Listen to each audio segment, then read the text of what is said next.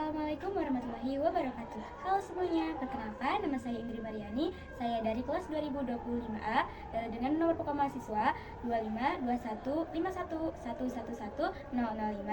Di sini saya akan menjelaskan mengenai operasi hitung bilangan bulat. Sebelumnya, apakah teman-teman masih ingat apa itu operasi hitung bilangan bulat?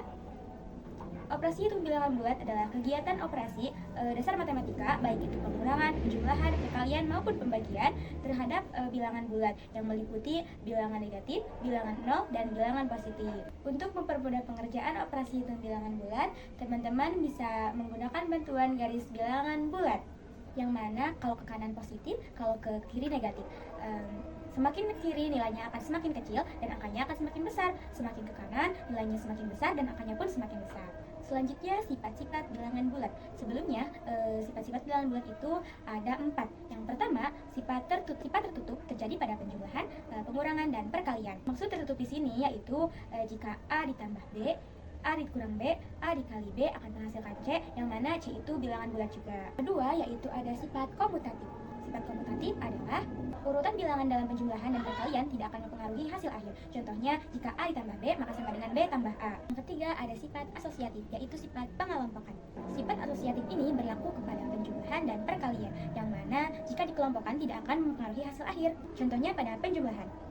Jika dalam kurung A ditambah B ditambah C, maka sama dengan A ditambah dalam kurung B tambah C. Begitupun dengan perkalian, jika dalam kurung A dikali B dikali C, maka sama dengan dalam kurung A dikali B dikali C. Yang keempat, ada sifat distributif atau penyebaran. Sifat ini menghubungkan operasi perkalian dengan penjumlahan atau pengurangan. Teman-teman bisa lihat contohnya di sini ya. Adapun rumus-rumus dalam operasi hitung bilangan bulat. Pertama, jika penjumlahan dengan tanda yang sama, maka akan menghasilkan tanda yang sama pula. Misalnya, positif ditambah positif, maka hasilnya akan positif. Jika negatif ditambahkan dengan negatif, maka hasilnya akan negatif. Kalau dalam perkalian, jika positif dikalikan dengan positif, maka hasilnya positif. Jika negatif dikalikan dengan negatif, maka hasilnya akan positif. Jika keduanya berbeda, yang satu negatif dan yang satu positif, maka hasilnya akan negatif. Nah, bagaimana kalau pengurangan? Kalau pengurangan, positif dikurangi positif, itu tergantung pada besar nilai angka tersebut. Misalnya, angka pertama lebih besar daripada angka kedua, maka hasilnya akan positif. Jika angka pertama lebih kecil daripada angka kedua, maka hasilnya akan negatif. Begitupun dengan pembagian. Jika positif dibagi positif, maka hasilnya akan positif. Jika negatif dibagi negatif, hasilnya akan positif. Jika negatif dibagi positif, hasilnya akan negatif. Dan jika negatif dibagi positif, akan negatif. Agar teman-teman lebih paham lagi, mari kita lanjut ke contoh soal. Yang pertama, Alif melangkah sebanyak 2 langkah ke depan. Tanpa berbalik arah, ia melangkahkan lagi kakinya sebanyak 3 langkah. Berapakah jarak Alif dari posisi semula? Nah, teman-teman bisa menggunakan bantuan garis bilangan. Yang mana yang ke kiri negatif dan yang ke kanan positif. Yang pertama, teman-teman memposisikan Alif berada di titik 0. Selanjutnya, tadi kan Alif melangkah sebanyak 2 langkah. Kalau melangkah kita asumsikan ke positif, maka teman-teman bisa mengasumsikan bahwa Alif sekarang ada di bilangan kedua. Selanjutnya, tanpa berbalik arah berarti Alif tetap menghadap ke depan. Maka teman-teman dapat menambahkan langkah Alif sebanyak 3 langkah. Selanjutnya, yang ditanyakan kan posisi Alif sekarang. Jadi, dari 0 ke terakhir tadi Alif adalah sebanyak 5 langkah. Selanjutnya ada soal pengurangan.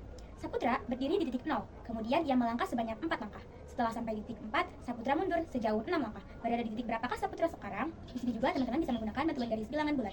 Kita posisikan dulu Saputra berada di angka 0. Selanjutnya Saputra tadi melangkah sebanyak 4 langkah. Kalau melangkah berarti ke positif.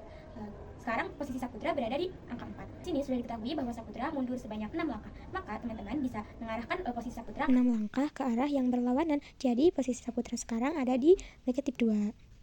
Ada contoh soal perkalian. Sebelumnya saya bacakan dulu teman-teman. Patria membeli air mineral sebanyak 12 dus. Setiap dus berisi 30 gelas air mineral.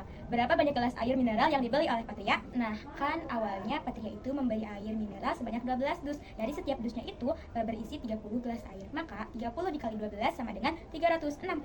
Selanjutnya, contoh soal pembagian. Kalaras memiliki 40 permen. Permennya ia bagi rata pada teman-temannya. Setiap teman menerima sebanyak 8 permen. Berapakah teman Kalaras yang menerima permen? Kita tulis dulu rumusnya ya teman-teman. Teman Kalaras atau saya singkat sebagai TKL sama dengan jumlah permen keseluruhan dibagi permen yang diterima oleh teman. Jadi, TKL sama dengan 40 dibagi 8 sama dengan 5 orang. Jadi, teman Kalaras yang menerima permen adalah sebanyak 5 orang. Sepertinya segitu dulu ya teman-teman. Semoga yang saya jelaskan tadi dapat teman-teman mengerti dan dapat teman-teman implementasikan dalam kehidupan sehari-hari. Terima kasih. Wassalamualaikum warahmatullahi wabarakatuh.